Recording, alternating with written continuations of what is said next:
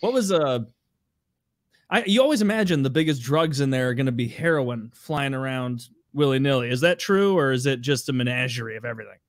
You know, unlike the other facilities, our facility wasn't that broken. I will be honest with you. It wasn't that broken. I would say the biggest drugs that came in and out of our facility, yeah, there were some people suitcased it, and by suitcasing it, what I mean is they shove it up their butt. Yes, yes. And but the biggest smuggle out there is the pharmaceutical drugs. So, you know, pill call would come, they'd cheek it, and they wouldn't swallow it, and then they'd sell it. So that was probably the biggest drug in there, is just prescription drugs. That makes sense. Probably easier to get on the outside, or actually, no, not at all. I don't know anything about heroin. Well, that being said, I don't know a lot. Apparently, sure you do. Don't short Bible yourself. Study guy. You told me all about your heroin days. But don't look at the crux of my elbows. Yeah, right off with a rubber hose. I thought you breathed in heroin this whole time. What's the one with the spoon? If you want. What's the spoon one? That's heroin. You all right. Draw it out and then you inject it. You can also smoke opium. I doubt a lot of opium is being smoked in these prisons. I don't recall seeing any. Nobody's smoking opium outside of like 18th century fucking San Francisco. I was gonna say China, maybe 17th or 19th century. Yeah, nobody's smoking opium anymore. Get with it, Taylor. Sherlock Holmes did. Jeez, Taylor. Yeah, it's like you exactly. About the Thank drug you. Market, dude. Sherlock Holmes did it in China, or no? Actually, that was in the UK. How many episodes in a row are you going to come off like a square, huh, Taylor? I'm just a bitch. Just a drug bitch. A hard drug bitch. So.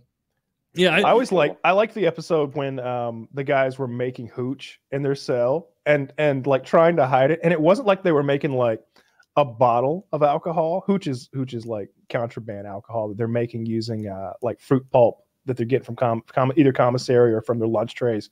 They weren't making a bottle of it. They had like 3 gallons of it. They were cooking up in like a tote. How do you even hide that? It smells so strongly if you've never smelled it. Like it's potent, sort of sweet, rotten sort of smell.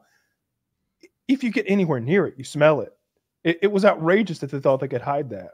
So the police just didn't care. The correctional officers didn't. No, they walked in the cell, was like, I smell hooch. And they like drag out a tote full of alcohol, and it's like a gigantic trash bag full of this stuff. And they're like, all right, whose is it? And the one guy's like, it's mine. All right, come on, you're going to the hole. And they drag him out of there. He was done. How strong is hooch? Is that like a vodka level thing? Or you always hear the phrase toilet wine. Yeah, I think it's more like wine. I think you're looking at like 10 or 12% alcohol. And it's made, I wouldn't care for that. But if it's all you've got, it'd probably pass the time. Or another thing is orange pills. Did you ever see orange pills? No. They'll dry them. They'll dry them out and smoke them. Yeah. In the prison I was in, they just had real alcohol. Like they would have somebody go and throw alcohol over the fences or fly it in with drones. And then when we'd go out for rec time, they would just go out there and they would pick up a bottle of alcohol, stuff it down their pants, and they'd be back in the dorms that night. It's a great idea. Drones. Yeah, drones have become more and more now. That's the preferred method because there's a sense of risk. So what a lot of people will do is they'll fill in the past is they would fill the drugs, the cell phones, whatever, in a football or a soccer ball, and then they throw it over. I don't know why I had to demonstrate throw it over. There you go. Throwing, I get it. Yeah. Whatever. But now there's always a risk, an inherent risk with that. And now it's become a lot easier. Just fly it in, out, and you don't have a chance of getting caught. Yeah. Yeah. But there was every drug where I was, like every conceivable drug. You would smell the marijuana.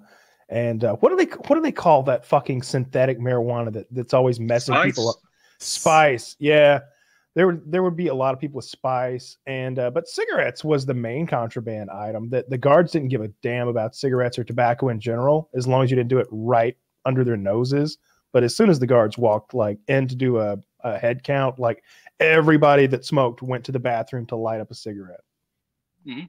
And that's a good point, because anything that we planned in our pod was based on the guard schedule, because they would walk through and you knew as soon as they walked out the door, they wouldn't be back for 30, 45 minutes. Yeah. So everything from whether it be drugs or fights or whatever was planned around when they left. Absolutely. Yeah.